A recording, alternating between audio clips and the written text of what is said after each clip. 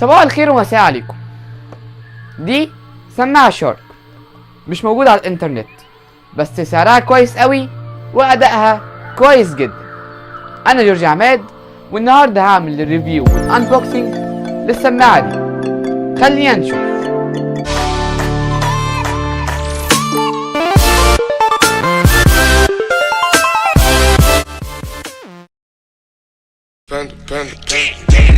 I got broads in Atlanta, just to lean the family.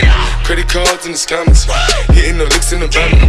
Legacies, family, wait and see, look like a panda. اوكي، مبدئيا الفيديو ده هيكون خفيف ولطيف وحاجة كده حلوة، يعني عشان السماعات ما فيهاش كلام كتير، يعني سماعة. خلونا الاول حاجة نعمل انبوكسنج للعلبة. اولا العلبة شكلها حلو قوي، يعني من قدام ومن ورا لونها رصاصي، بحب اللون الرصاصي بصراحة. من قدام مكتوب شارك ومرسوم السماعة، ما فيش حاجات جديدة. من الجنب مكتوب بيلد ان ميكروفون، عشان السماعة فيها ميكروفون. ومن ورا في زي حتة شفافة مبينة للسماعات، وشوية كلام ملوش اي لازمة. في من تحت تحذير، اللي عايز يعرف التحذير ده بيقولك يعني ما ينفعش تعلي الصوت بتاع السماعة اكتر من اللازم، عشان ممكن تأذي ودنك يعني. من الجنب التاني برضو مفيش حاجة، في مكتوب بس البيلد ان ميكروفون. شكل العلبة بتاع السماعة يعني مش وحش، شكلها عادي.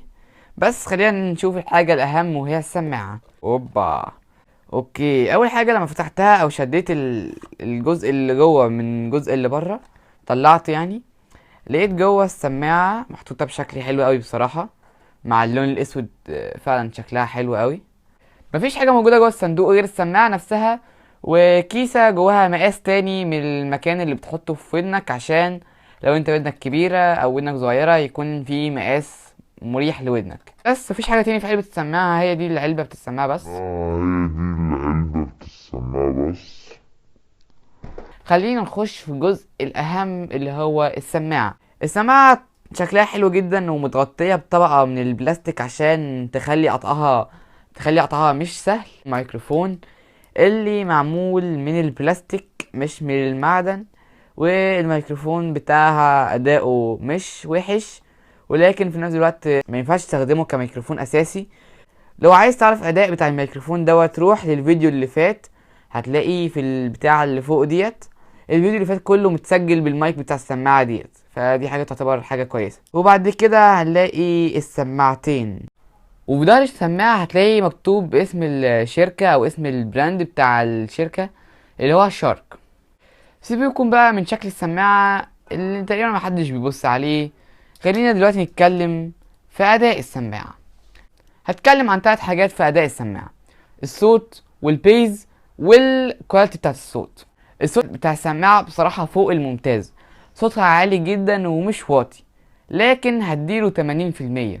لان لما كنت بعلي السماعة على اخرها، كان اللي حواليا بقى يقدروا يسمعوا. فعلا السماعة لما بتعليها على اخرها، اللي جنبيك مو يسمع، لكن دول ما انت عاملها في الرينج المتوسط، مفيش حد هيسمع جنبك حاجة.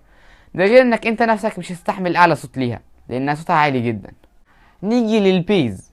البيز بتاع السماعة هديله 50%، لاني بصراحة ملقتش فيها بيز كويس.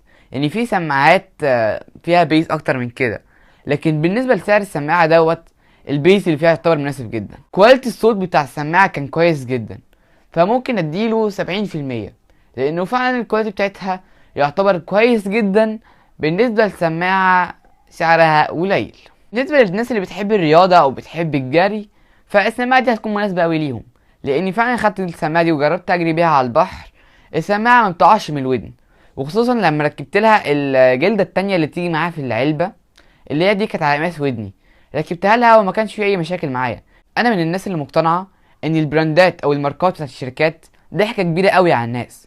فعلا السماعة بالمواصفات اللي قلتها لكم ديت، او السماعة شبه اللي معايا ديت، ممكن تجيبها من اي شركة تاني ب 200 او 250 جنيه على الاقل، لكن السماعة دي انا جايبها ب 80 جنيه. ودي فعلا الحاجة اللي خلتني اعمل لها ريفيو او اجيبها اصلا، ان سعرها قليل، لكن بالنسبة لمواصفاتها كانت حلوة جدا. لو انت من الناس اللي عايزة تجيب سماعات باقل من 100 جنيه وتكون كويسة، السماعة دي هيكون ادائها حلو جدا بالنسبة لك. كده نكون وصلنا لاخر الفيديو. لو الفيديو عجبك واستفدت منه بجد، ما تنساش تعمل لايك وتعمل سبسكرايب في القناة عشان تشوف كل الفيديوهات اللي جاية. ولو انت فاتح من لابتوب او كمبيوتر، دوس على وش اللي تحت دوت واعمل لي سبسكرايب في الشانل. بس وكده كنا وصلنا لاخر الفيديو. كان معاكم جورج عماد مره تاني. سلام.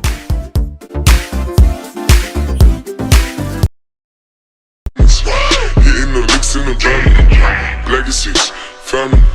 Wait and see, look like a panda. Going out like a Montana. 100 killers on the helmets. Legacies, family. Wait and see, family. Pocket smooth, Danny. Selling ball, candy. Then on the macho like Randy. The chopper go out to for granted.